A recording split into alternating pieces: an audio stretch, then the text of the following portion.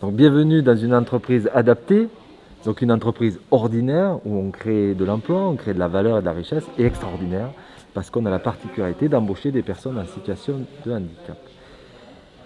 Au 1er janvier 2020 de cette année, nous étions à peu près 196 salariés en nombre de personnes et nous sommes aujourd'hui, au moment où je vous parle, 300. Nous avons fêté le 300e salarié il y a peu de temps.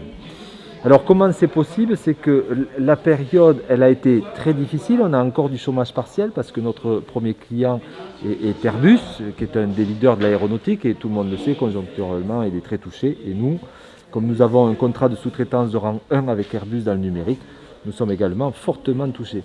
Mais également, vous êtes dans un endroit où on a été sollicité par les besoins du territoire, par les besoins de notre concitoyen pendant l'urgence sanitaire pour créer des masques, dont je porte un masque inclusif APF France Handicap, dont nous sommes sous-traitants. Nous avons réussi à travailler ensemble solidairement pour trouver des solutions, à la fois dans l'emploi et à la fois dans la relocalisation d'activités industrielles. Et c'est de ça qu'il s'agit aujourd'hui.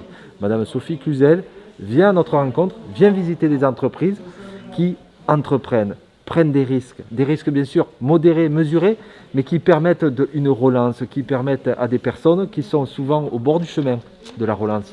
Ce qu'on appelle croissance inclusive, c'est-à-dire on va créer de la richesse, on va créer de la relocalisation, mais on va oublier personne. Et les entreprises adaptées sont sur la ligne de crête avec ces personnes en difficulté qui subissent la crise.